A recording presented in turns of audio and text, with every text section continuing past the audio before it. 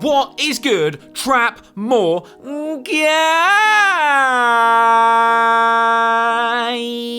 gang squad? What is going on, people? Today I am very excited to jump into a video that was suggested by you, the Trap More Gang. We're going to be taking a look at some of the worst, most diabolical, terrible, garbage 360, 720, 900 goddamn Tony Hawk terrible record deals in the rap game. I want to know what rapper got the worst deal. I want to know which rapper owes their record label 36 goddamn albums. I want to know whether Eminem's going to be making a Marshall Mathers LP 72. What sort of money is Trippie Redd on? What sort of money is Blueface on? I must know, people. So today we're going to be taking a closer look at the rappers with the worst record deals. So shout out to Hip Hop Content for putting this video together. Let's take a little look at this. So let's get into it and find out who has the garbage deals. Rappers with the worst record deals. With more and more rappers blowing up every day due to increased exposure through social media, it seems harder than ever to make it big as an independent artist. Because of this, most aspiring artists are eager to ink deals with famous record labels, often before they truly know the exact terms of their contract, and resultantly sign. Bad Baby got a $1 million songwriting and publishing deal. This is the same chick that just made $1 million in 6 hours on OnlyFans. She's got a $1 million deal? What? We all underestimated her and now she's laughing. Yeah, she's laughing hard. She's laughing to the bank. She's laughing at the simps, she's laughing at the labels. $1 million deal. So when she was 16, she signed a deal with Pulse Music Group. So the same label that have Run the Jewels and Ty Dolla $ign. Shit, man, they've just given Ty Dolla $ign's whole budget to Bad Baby. They're gonna have to change him to Ty Cent Sign. She got $350K upfront advance. What? At least 70% of her future record sales, licensing fees, and digital profits. God damn. Number 8, Megan Thee Stallion. Megan Thee Stallion has had a great 2019 and 2020. However, despite her success, accumulating over 1 billion streams, Megan claims that her label, 1501 Entertainment, has signed her to a deal that is, in her words, unconscionable. She then went on to claim that out of the roughly $7 million in revenue that she's generated in music, she's only been paid $15,000. What? Did they just say Megan Thee Stallion was generated $7 million and got paid 15 racks in return? That's some minimum wage shit. She'd get more money flipping burgers at McDonald's. Free Meg, man. I think they did free Meg, but that's terrible. In 2020, a court ordered a restraining order against 1501 Entertainment in favor of Megan, barring the label from stopping the release of her music. Additionally, Megan has brought in management from Roc Nation to assist with her career. Oh, she brought in the Illuminati to fix her deal, did she? This seems to be what everyone does these days. If you sign a deal that sucks because you didn't read it because you fucking couldn't be asked, you wanted your 15 racks to go and buy yourself a little Johnny Dang chain with your name on it, and you didn't read that shit, Jay-Z and the Roc Nation Illuminati legal team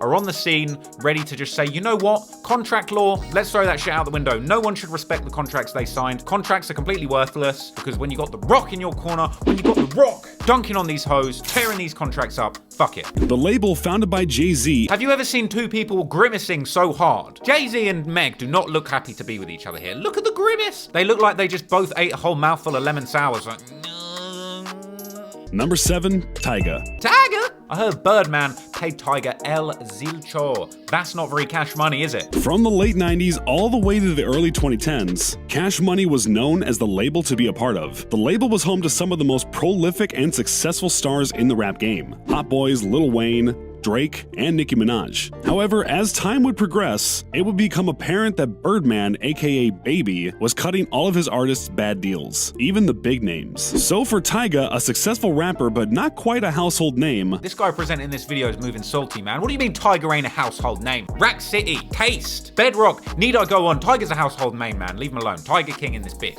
In 2016, Tyga claims that he was promised by the label to be paid for all of the royalties he had missed to date, but the payment never arrived. Birdman, always prepared for a fight, actually went on record to state that the claims were total nonsense, and that Tyga actually owed the label money. Interestingly enough, the lawsuit that Tyga had threatened was later dropped, and has been rarely discussed since. Here's the deal, right? Tyga says that he signed a deal for 2 albums, and that his albums perform well, and he didn't get paid a centorino. Birdman says that's cap, and Birdman, I mean, look at the state of his head. I don't know whether I would trust a guy that's got a 2-star review tattooed onto his flesh, but maybe. Tyga, in April 2019, voluntarily dropped his $10 million lawsuit against Birdman. So what's that all about? So initially, and this was after Taste, had released. He was looking for $10 million in damages after claiming a breach of Complex. He said he was owed at least $1 million in unpaid royalties for his Careless World and Hotel California albums, but apparently they were working on a settlement, but they couldn't reach an amicable agreement. And then Birdman said Tiger owed money for the advances he received, which he never recouped. He joined Young Money Cash Money in 2009 and then left in 2016, but apparently he was in a garbage fucking contract. So he went on a rant against Young Money back in 2014, said he was hostage. He said, gold album been done, my label holding me hostage, and then let my fans make money off of it. God damn.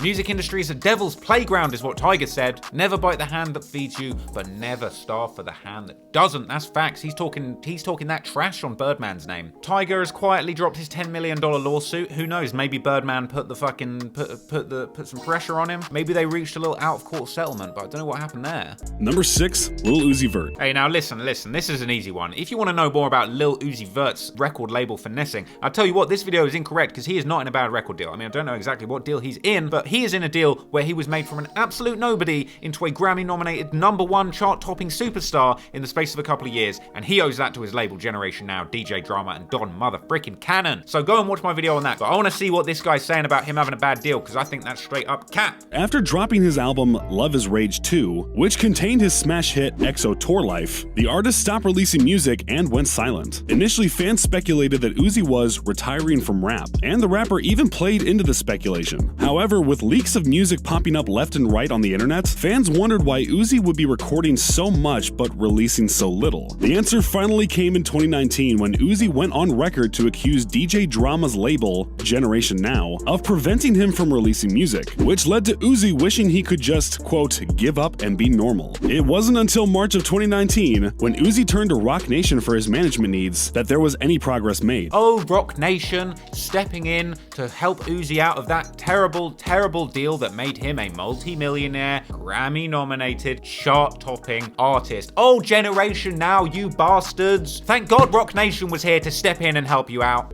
Number 5, Designer. Now this one's gonna be spicy, okay? Because for all the shit talking that Kanye West did about, I'm in a bad record deal, man. Universal won't let me have my record deal the way I want it. From his 16 or whatever $1 million Wyoming ranch mansion estate. Meanwhile, let's see what this fucking guy did to Designer. Initially appearing as a verse on Kanye West's Part 2 on The Life of Pablo, Designer found himself signed to Good Music in 2016. Kanye's co-sign catapulted Designer's Panda track into the limelight, and for a brief second, Designer was nearly a household name. Brief second is about right. Shout out Designer, that one tune was good. Timmy Turner was okay, but man, he got shafted by Kanye. Here was my problem with Designer, okay, in his terrible situation. He just needed to keep dropping music. He dropped Panda, shit was fire. He got his little remix on Kanye's thing, hey, it was great. He dropped Timmy Turner, didn't quite cut the mustard, and then dude just disappeared. He should have just been dropping song after song after song on a fucking Future, Offset, Migos tip. Just disappeared, man. That's an L. By 2019, Designer was thoroughly fed up with the label and engaged in a Twitter and Instagram rant where he revealed that he was being prevented from shooting a music video, called Kanye West crazy, and said he felt as if no one in the label was doing anything for him. Bruh, look, I'm not trying to be mean or unkind, but Kanye is kind of crazy. The more polite thing to say would be Kanye has some mental health problems that are that definitely affect his work, right? Before you sign to Yeezy, you kinda know what you're getting into. I don't think I would want Yeezy to be my label boss. Hell, I don't think I would even want to share a goddamn apartment with Yeezy. But I respect where Designer was coming from, but yeah, man, this shit was a non-starter from the word go. Many speculated that the rapper was only signed to the label in the first place so that Kanye could get the rights to the use of the Panda verse on his album. Big facts, Kanye shafted Designer because he wanted to put a Designer verse on his album, double entendre. This is like private equity hostile takeovers. It's like when a company buys a business to just strip their assets and get something they want. Kanye West did a hostile takeover of Designer's career and stripped him for the assets of that one good verse that he had and then threw him to the curb. Shit was wrong. Not very Christ-like, is it, Kanye? Still Designer's verse and he said it ain't Christ-like. Number 4, Mace. Sean Diddy Combs is known in both the rap game and business world for being a shrewd businessman who capitalizes on any opportunity he can build to personal fortune. And while Diddy wasn't taken seriously as an entrepreneur until the early 2000s, it seems that his business practices may have gone further back than that. Man, look at Diddy in that leopard print coat. Hard! Diddy's a leopard at heart, man. He's got the heart of a lion and the coat of a leopard. According to Mace, Diddy bought the Masters, which is the version of musical recordings that come with the rights to publish, distribute, and profit off the music, in the mid-90s for a mere $20,000. You're telling me Diddy bought all of Mace's masters for 20 racks? He finessed him hard. When Mace later approached him hoping to buy back the Masters for $2 million, 100 times more than the original cost, Diddy refused unless Mace could beat the offers of bigwig label executives. Diddy is on some savagery, man. He bought the masters for 20 racks and then Mace came back. Mace came back with $2 million and said, please Diddy, I just want to own my art. And Diddy said, fuck you, can't stop, won't stop exploiting your masters, To this day, Mace does not own the masters to his own music, and has little course of action against Diddy, because the original transaction was a legitimate purchase. Diddy, give Mace his masters back. I know you slapped J. Cole, I know you slapped Drake, and you're probably gonna slap me when you see me, but catch me if you can. Give Mace his fucking masters back or you're gonna burn in hell. This did not stop Mace from blasting Diddy on social media in 2020, after Diddy made his speech blasting label executives for stealing rap and R&B from black artists. Mace went on to insist that Diddy was no better than the executives he was chastising. That's facts, man, that's facts. If you're one of these guys that's out here right now talking about how bad these labels are, oh, Liar Cohen, oh, I hate all these executives. Diddy, you're doing some shit. Kanye, you're doing some shit. You're getting out nobody's dreams but your own. So sharpen up. Number 3, Lil Yachty. Once again, I do have a video on my channel talking about, I believe Lil Yachty made about $13 million in 11 months. So go back and check that if you want to know a little bit more about how Lil Yachty's label supposedly screwed him. However, it does seem like QC the label do have their fingers in some slightly questionable pies, if you know what I mean. So previously, the Migos had sued their label saying that their lawyer, who was given to them by QC, the label they signed with, which is apparently a conflict of interest, shafted them for millions of dollars. But it seems that they've settled their problems now and there's still a bag on the table, so seems all good. But I wonder if Lil Yachty went through the same thing. QC got Lil Yachty some big racks, so I'd be sad if he's not getting his dues. When Yachty appeared on Joe Budden's popular podcast Everyday Struggle in 2017, he quickly revealed that he wasn't intimately familiar with the ins and outs of his contract. When Budden asked him if he had agreed to a 360 deal, a type of deal that allows the record label a portion of revenue for every aspect of the artist's career, Joe Budden got a 360 deal with his own goddamn hairline. He's in no position to be talking about 360 deals. My guy Joe Budden, trying to talk about other people's deals. He's blowing hella bags with this podcast at the moment. He blew a re-up with the Spotify deal. He's losing his co-host. Joe Budden needs to stop doling out advice and get his fucking, get toupee on this shit. He also went on to tell the rapper that, quote, he wasn't a star. Skepticism surrounding Lil Boat's deal is not completely unwarranted, however. I just want to say for the record, grandma sweater with the peach hoodie and then the beaded braids, hard, Lil Yachty, hard, I respect it. The rapper was only 19 years old when he signed a joint venture record deal with Quality Music Control. Quality Music Control? There's goddamn AI robots out here making hip-hop content and I don't like it. Quality Music Control, god damn it. The joint venture means that profits from Yachty's music is split between the three labels as well as the rapper himself, greatly decreasing his share versus a rapper that is independent or signed to just one label. Despite this, Yachty seemed pretty unbothered, as reports quickly surfaced that he had earned a combined $13 million in 2017. 13 million, 16 months. Go check your boy TLR's video about that shit if you didn't already. Number 2, Lil Wayne. WEEZY F, baby. Once again, guys, your boy Traplaw Bros over on the main channels has got an extensive video detailing the $51 million finesse that Birdman pulled on Lil Wayne, but fortunately that did eventually get hit with the Uno reversal card and Lil Wayne did get his racks. But that is facts, Lil Wayne got finessed hard by the boy Birdman. Wayne was signed to Cash Money Records when he was a shockingly young 14 years old. For 4 years, Wayne talked publicly about Birdman, the label head, as if he was a father to him, and would never dare to speak negatively about Baby or the label. However, nothing lasts forever. The first glimpse into Wayne's struggle was in 2014, when Wayne announced on Twitter that the Carter 5 was not being released because of Cash Money Records, and not his own desires. Despite multiple announcements from various partners that the dispute had been settled and the album was releasing soon, nothing came to fruition. This caused Wayne to file a lawsuit in 2015 for a whopping $51 million. This lawsuit would rage on until 2018, during which time Birdman, aka Baby, and I can't stress this enough, allegedly put out a hit on Wayne that led to a tour bus shooting in 2016. Allegedly. Go check my video on that if you haven't. Finally, in June of 2018, Wayne publicly announced that the lawsuit had been resolved with a settlement, and he was no longer signed to the label. The album would be released a few months later in September of 2018, freeing Wayne from a nearly 5-year struggle with his label. Who is it gonna be, people? Number 1, the worst record deal in rap according to Hip Hop Content, the ultimate AI bot in creating hip hop content. Who's it gonna be? The fact that Blueface's name has been dragged out this entire video and it was wheeled out at the start makes me think it's gonna be your old boy Blueface, but let's see. Number 1, Blueface.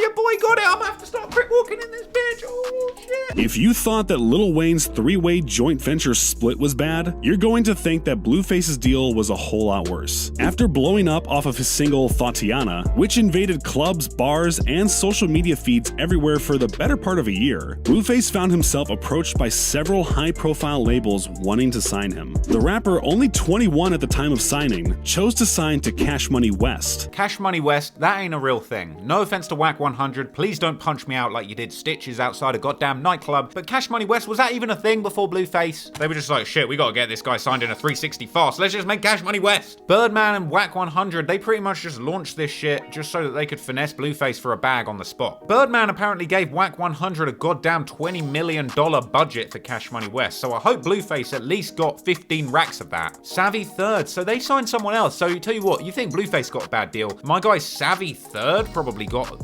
the most stinky deal in the game. I've never heard of this brat. Savvy Third, this guy didn't do shit, man. This is what Cash Money West is out here doing. He got 2 million views 5 months ago, so he's doing alright. For a rapper that has cited Lil Wayne as an influence numerous times, this seems like a win, right? Well, not exactly. Cash Money West is actually a division of Cash Money. Cash Money itself is distributed under Republic, which falls under the umbrella of Universal Music Group. If this sounds confusing, that's because it is. But the simple version is that Blueface is on the bottom of a 5-step ladder, and 4 labels are above him. You signed to a dude that signed to a dude that signed to another dude. Well, that's what they say about Drake, and he's literally the modern day Michael Jackson, so that ain't such a bad thing about being signed to another dude. I'll be honest, I'll probably say most of this video is cap. This not only means that 4 different labels have the opportunity to interfere with his music, it also means that they'll be splitting his money into 5 sections. Guys, those were some pretty terrible record deals. If I was gonna say who had the worst record deal in the game, I probably wouldn't give it to Blueface. Blueface is kind of doing well for himself, especially when you consider the talent level that Blueface is coming into the game at and how far he's gotten.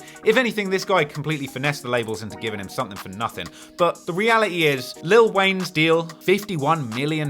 You got shafted for $51 million by your supposed daddy. Stunting like my daddy, you got shafted by your daddy, Lil Wayne. I'm glad Wayne got the money that he was due. I'm also glad Lil Wayne, I believe he managed to sell all of his masters for $100 million last year. Look, he sold his masters to Universal for $100 million.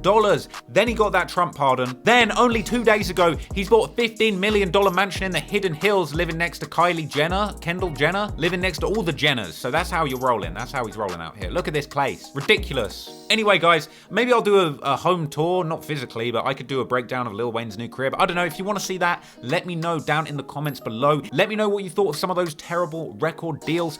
Were some of them good? Would you take those 360 deals, or were they complete garbage and everyone should stay on an independent ting? I don't know. I'm a fucking idiot. You let me know what you thought. Let me know that you liked the video. Hit that like button, hit that subscribe button if you are fucking with my vids. Make sure that you join the Discord gang. Shout out all of you guys for showing love and support. Shout out all of the patrons. You guys are legends. Your support means the world to me. And until next time, it's Trap More Gang. Appreciate y'all. Peace out.